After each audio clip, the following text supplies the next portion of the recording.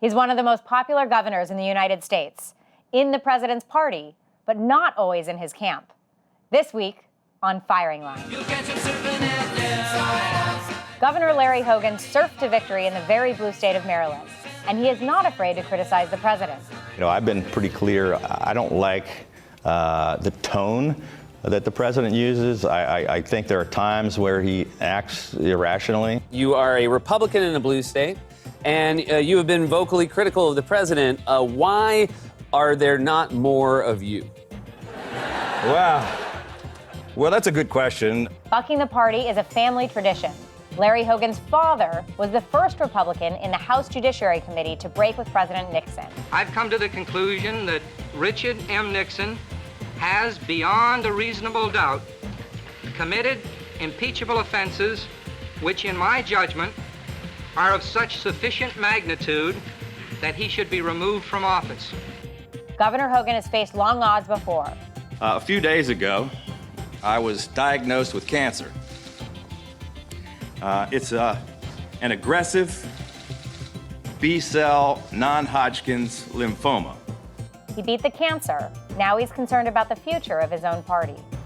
What does Maryland Governor Larry Hogan say now? Firing Line with Margaret Hoover is made possible by the Margaret and Daniel Loeb Foundation. Additional funding is provided by corporate funding is provided by Stevens, Inc. Welcome to Firing Line, Governor Larry Hogan. Thank you so much for having me. You are the governor of Maryland and the second most popular governor in the country. That darn Charlie Baker. And you have a 70% approval rating in a blue state. Now, the other top governors in the country, 4 of them are also Republican governors of states that Hillary Clinton won in 2016. Right. Charlie Baker, the governor of Massachusetts, Phil Scott, the governor of Vermont, Chris Sununu, the governor of New Hampshire, all Republican governors in blue states. Why is that? I think it's because we've had to work together in a bipartisan, common sense way to work with the legislature that's 70% Democrat in both houses to actually get anything done. And it turns out people actually like that. Republicans like it, and independents like it, and Democrats like it. And I think that's the secret. On the balance, the policies that Republican governors in blue states support are policies that are a little different than sort of self-identified conservative policies, Right. at least on issues like the environment, Right. issues like some of the social issues, Right. LGBT equality. Absolutely. What is this? I mean, is that the secret? Part of it is the tone, and so I think you can disagree without being disagreeable and try to find consensus. So it's not the constant fighting on issues like marriage equality and LGBTQ issues, and on the environment where, look, You promised to reduce greenhouse gases emissions by 40%. Well, we have a plan that we're coming out with to reduce them by 2040 to 100%. One of the other things that was so striking about your win when you won re-election is that you won with a higher percentage of the African-American vote than any Republican that I've ever followed. You won higher percentages of parts of the electorate that Republicans don't traditionally win. Right. This would make you an incredibly compelling national candidate if you were to run on a Republican ticket. You know, I think that there's a big chunk of America that would respond to a message just like folks in Maryland have, but it's not the way our process is set up when you deal with primaries. You said in the spring that you were not going to go launch some kind of suicide mission when you referred to the opportunity to primary President Trump. Yeah. Why would it have been a suicide mission? You know, people were trying to convince me of it, and I just looked at President Trump has 80-some% of Republican primary voters. So for me to go running around the country, running for president to try to damage Trump so he can get beat by a Democrat and take time away from my state where I've got a big job to do, it just didn't seem to make a whole lot of sense, just to make a statement. One of the things we've learned, or I've learned, is that parties don't have principles, people have principles. It's true. And parties only have principles if they're governed or led by people with principles. That's a very good point. And I'm looking at the people with principles who could lead the party in the future. You're one of them, Charlie Baker's one of them. And I worry about the future of the party. I'm worried about it too. Without people of principle who are willing to stand up against President Trump. Well, I think you and I are not alone in that regard. the kind of Republican that can be competitive in a national election has a very difficult time navigating the Republican primary process. Exactly. And I want to know why that is. Well, so here's what I'm concerned about. I grew up, I was a young man, just college kid, coming out of college. I was a Ronald Reagan, Youth for Reagan, young Republican at that time, 1980. I was at the convention in 80 and 84. I would like to see the party return to a more Reagan-esque, big tent party where he was appealing to those Reagan Democrats and reaching out. I'm concerned. Reagan brought in a whole new generation to the Republican Whole new Party. generation to the party. And I think we're doing the opposite, where we're shrinking to a smaller and smaller shrinking base and trying to appeal to that base, where we're getting to the point where we're losing suburban women, we're losing all minorities, we're alienating every group we possibly can. Now, the president seems to be doubling down on that kind of strategy, which may help him to be reelected, I'm not sure. But it's hurting the Republican Party in races, all the competitive races across the country. I think for us to be successful, long term, you have to do sort of what I've done and what Charlie Baker and some of the governors you mentioned earlier. Phil Scott. Phil Scott. Chris Sununu. And we have to find ways to grow the party. So what is it about the Republican Party nominating process that shoots itself in the foot from being able to field a nationally competitive candidate? Part of the problem on the national party in Washington, if you look at Congress, part of it is gerrymandering. So we create districts that the most conservative Republican wins the primary and there's no competitive race, and the most liberal Democrat wins and there's no competitive race in the general. Right. So we have nobody that's moderate, nobody left of center, right of center. You have far left, far right. In the presidential nominating process, the way it's set up with the caucuses, with the parties running, how you run these things, and the turnouts in the primaries being so low, it's usually the most passionate, most involved folks show up. Average voters do not. One of the things that strikes me is if we're going to have a Republican Party that's competitive for a new generation, we're going to have to reach out to suburban women, reach out to youth, reach out to these minority groups who need to feel allegiance to the Republican Party. Yeah. And one of the things President Trump is doing is turning them all off. No question. And one of the places you've really stood out is by standing up against child separation policy, making your views known about immigration, making your views known, frankly, about the Mueller report and that it maybe didn't fully exonerate the president. I want to take a look at something you said recently. I've been pretty clear. I don't like the tone that the president uses. I think there are times where he acts irrationally and makes decisions that are not only not and does things in a way that aren't great for the Republican Party or for the country or for him and his agenda, for that matter. If we can't field a nominee through the primary process right now, how important is it to at least plant a flag that there are other views that are respectable and have a real following in the Republican Party on the right? I think it's critically important for the future of the party. So you want to walk the fine line between, I've been very careful to say, when I disagree with the president, I'm never afraid to stand up and say that. But I'm not out there, you don't see me just out bashing the president every day. I'm not out to just to hurt the president so that we can elect a liberal Democratic president. But I do care about, I don't even care if there's a future for me in the party. I do care about a future for the party. I really care about that a lot. And so I can tell you that there are a lot more people in elective office who feel the way that you and I do, who are not saying it because they're afraid of being tweeted about or primaried about. Let's I talk know about many that. of my colleagues are asking me, how do we do what you did? How do we not lose the women vote and the minority vote so badly? I'm a Republican in a Republican state. How come I'm 20 points behind you guys? Why are they, though? Because I think we know. I mean, the answer is, right, they're not speaking out. They call you on background, or they call you and you speak privately to them, and they aren't speaking out against the president because they would be politically compromised if they stood up to him. I mean that's perfectly understandable. Look, I mean, you can't really blame them. Not everybody is a profile in courage. They may be up for re-election. They don't want to get primaried. They don't want to lose their job. They don't want to be tweeted about, as Mitt Romney was, just recently. And to me, it doesn't matter because I'm going to say exactly what I think. In my state, Trump lost by 29 points. I won by 14. I'm 40 points more popular in Maryland than he is. It doesn't matter what I say. Isn't leadership about saying what you believe and standing for your principles? I think it is, but it's my dad, for example, on the Judiciary Committee during the impeachment of Nixon. I was going there next. I'm sorry.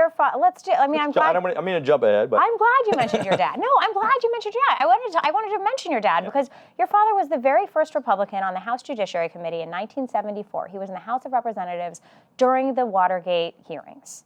He's the very first Republican to come out and support the impeachment of the president of his own party and the only Republican to support all three counts of impeachment. Yes. In fact, I'd like to show you what your father said about that. Let's take a look.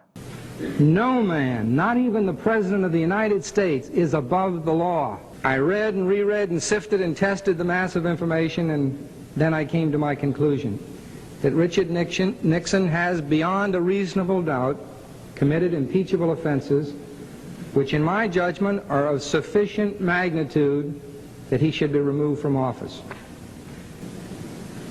The Constitution and my own oath of office demand that I bear true faith and allegiance to the principles of law and justice upon which this nation was founded.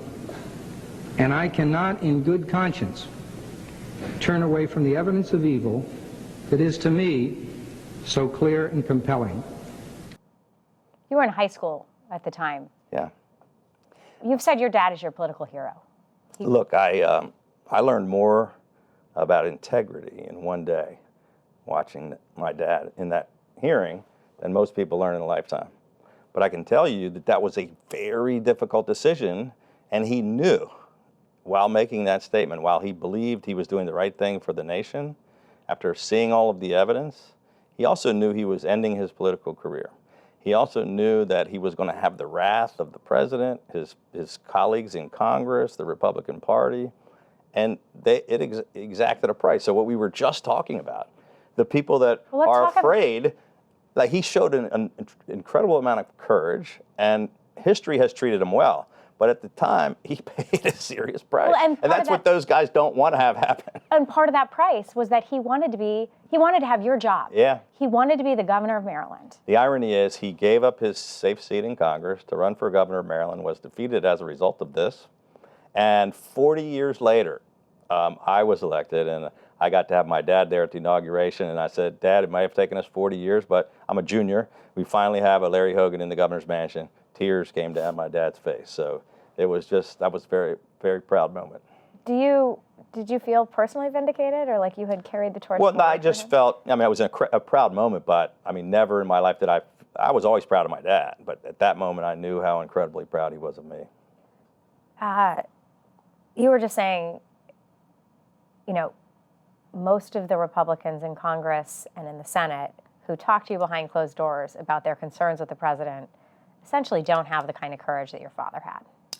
I'm not trying to say they don't have courage. There are people who have certainly expressed concerns. There are actually people in the administration that have expressed those concerns, and people in the cabinet feel that have some concerns. But they're not willing to take the political risk that your dad did just there. I understand it, though. Yeah. I'm not criticizing them. Not everyone can have. He was the only one that had the courage then. He was the first Republican in the entire Congress to do so. And let me say, just real quickly, he fought to make sure that Nixon was treated fairly. Mm-hmm. He was a supporter of Nixon. He thought Nixon did a great job on foreign policy with China. Nixon came out, they ran together. He came out into the district, supported my dad's campaign. He had personal affection for him. He was a loyal Republican. But when he saw the evidence and when the tapes came out, it broke his heart. But he said he had to do the right thing. He said no man is above the law and got to do the right thing for the country. What do you think that moment is in the current context? Is there an equivalent to the tapes? There may be. We don't know. So people are saying now, well, the Democrats are saying the president needs to be impeached and removed from office right now. The Republicans are saying there's nothing to see here. There's nothing. He didn't do anything. What do you think? Do you think there's anything to see? Well, I think I'm very concerned. It's very troubling. All kinds of things that, I think need to be looked into, that we have to get to the facts. What's the best way? Like all those years ago that we were just watching. I think we need to have a fair process where we can actually get to the facts, and I'm not sure how we get there, because I think the Democrats have already decided he's guilty, before being proven innocent, and they're just going to impeach. Don't care where the facts lead, and many of the Republicans are going to say, we're not even going to have a trial, or we don't care what the facts say. We're not going to do anything, and that's not what we need to actually. I don't know what the facts are yet. I know there's some very troubling things, and we need to get to the rest of it. What do you think? What is most troubling to you? Look, I think every day it changes, and there are more troubling things happen. But I mean, the discussion, the potential, the allegations from the whistleblowers, with the discussions with foreign entities about. I mean, that's Leveraging the weight of the presidency to ask foreign powers very, very troubling. Now, to look into your political. It's just not something that should ever happen. The other thing that's troubling is, just arbitrarily saying we're not cooperating. Look, the president has. That's also troubling too. The president has the right to. There's executive privilege. There's certain things. If they go over the line, his lawyers have a right to put up certain defenses. They're not entitled to everything. But you can't just say we're not cooperating with anything. We're not going to provide any information. No one's going to testify. Why not? Well, because it's just there's a balance of power. There's a process that you have to follow.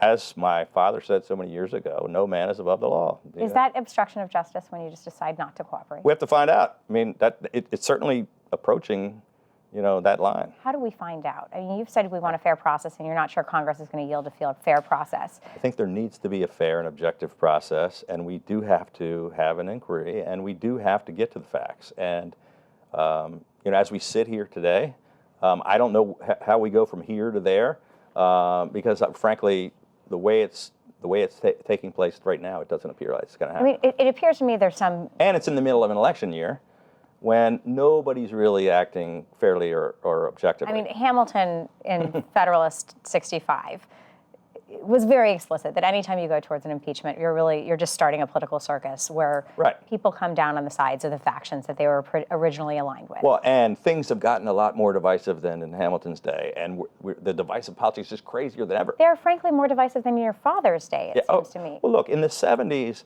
it was not like it is now.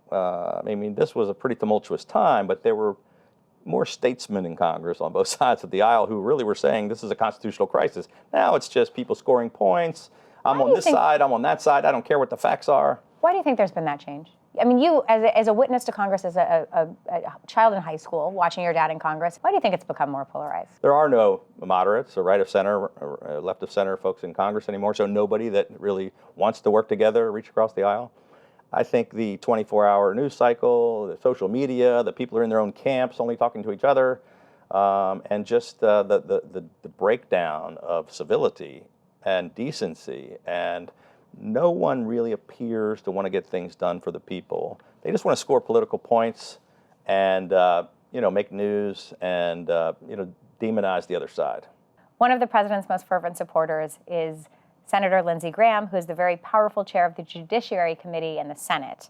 And in 1998, when President Clinton was being impeached, he had a very different view about how Congress could compel the president to cooperate than he does today. Let's take a look. When asked for information, Richard Nixon chose not to comply, and the Congress back in that time said, "You're taking impeachment away from us. You're becoming the judge and jury. It is not your job to tell us what we need. It is your job to comply with the things we need to provide oversight over you." The day Richard Nixon failed to answer that subpoena is the day that he was subject to impeachment, because he took the power from Congress. I mean, how do you account for that kind of flip-flop? Well, Lindsey is not the only one doing that flip-flopping. So it was one way when we were talking about impeaching President Clinton, but it's a different way now that we're talking about impeaching President Trump. And it's our team versus your team. But at some point you have to, the rule of law needs to mean something.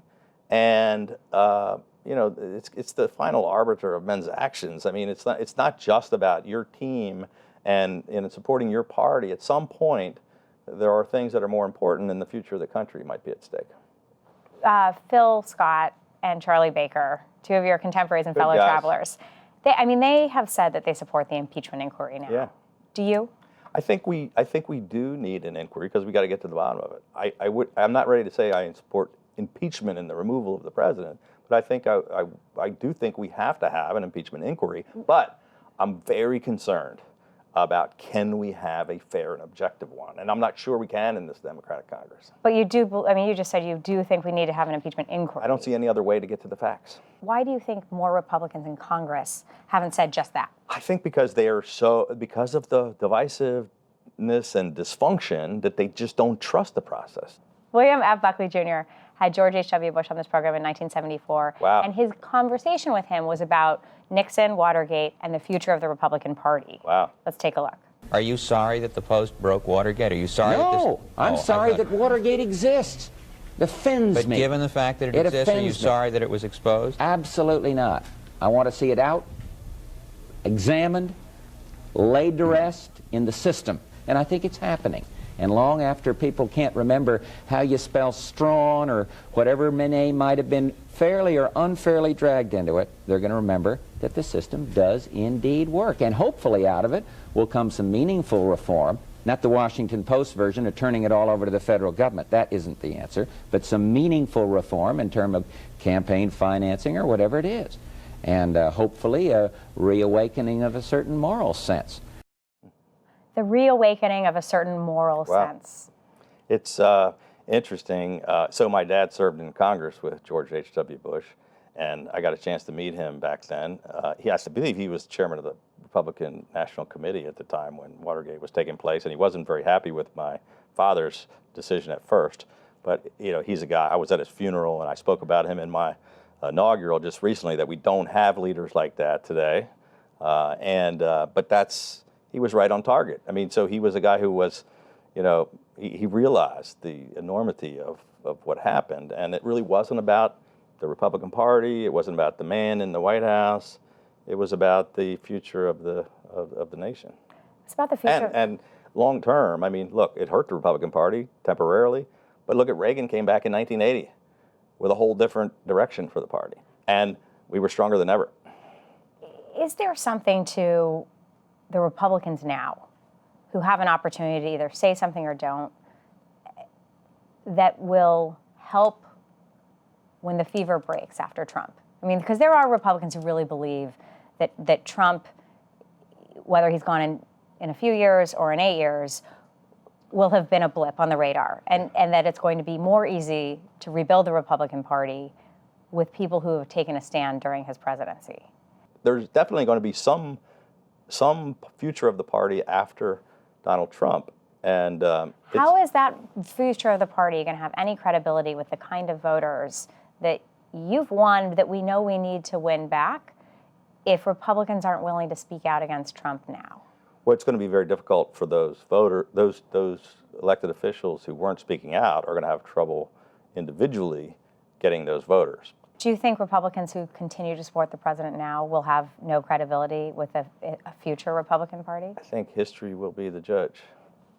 5 months after you took office, you were diagnosed with stage 3 non-Hodgkin's lymphoma. And your response to this was not to retreat into the quiet of your home, but to move the state government to the hospital bed and run the government out of the hospital where you were being treated. Yeah. How are you doing now?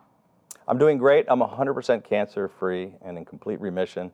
And I just this past week, actually, I'm celebrating 3 years of being cancer-free and being done with chemotherapy treatments. I haven't got the beautiful hair back, but other than that, the health is back and I'm stronger than ever. And it really changed me. I met so many incredible people who were going through much more difficult challenges than I was. And I've got a new purpose. In addition to being governor, I'm doing everything I can to raise awareness and to raise money for cancer charities. And it sounds crazy because I wouldn't wish this on anyone, but it was something that it became actually a positive experience. You're grateful for it. I am. How do you handicap the 2020 primary? I think that Democrats, may have had or may have a good opportunity in this election, given the weakness of the president. But I think they may make a mistake by nominating someone who's too far left. It seems like with the Elizabeth Warren's ascension, I mean, I just don't know that she's electable, no matter how weak the president is. If you had to choose between Trump and Elizabeth Warren, who would you choose? Well, obviously I could not possibly think of supporting Elizabeth Warren. It'd be disastrous for the country. You didn't vote for President Trump the first time. I did not. What do you do in that situation? Come on, Margaret. I mean, that's just like, what do you choose? I couldn't possibly support the Democratic nominee. So is there any scenario in which you might support Trump a second time? Boy, you're tough. Sorry. Look, I didn't support the president the first time. He has certainly done nothing to make me more, supportive than I would have been before. But, we're 14 months from the election. I'm not sure who the nominee is going to be, who the president's going to be.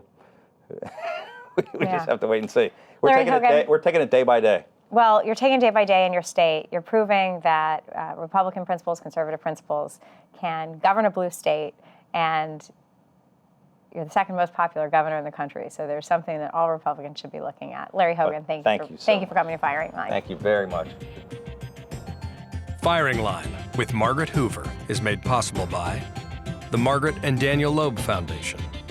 Additional funding is provided by corporate funding is provided by Stevens, Inc.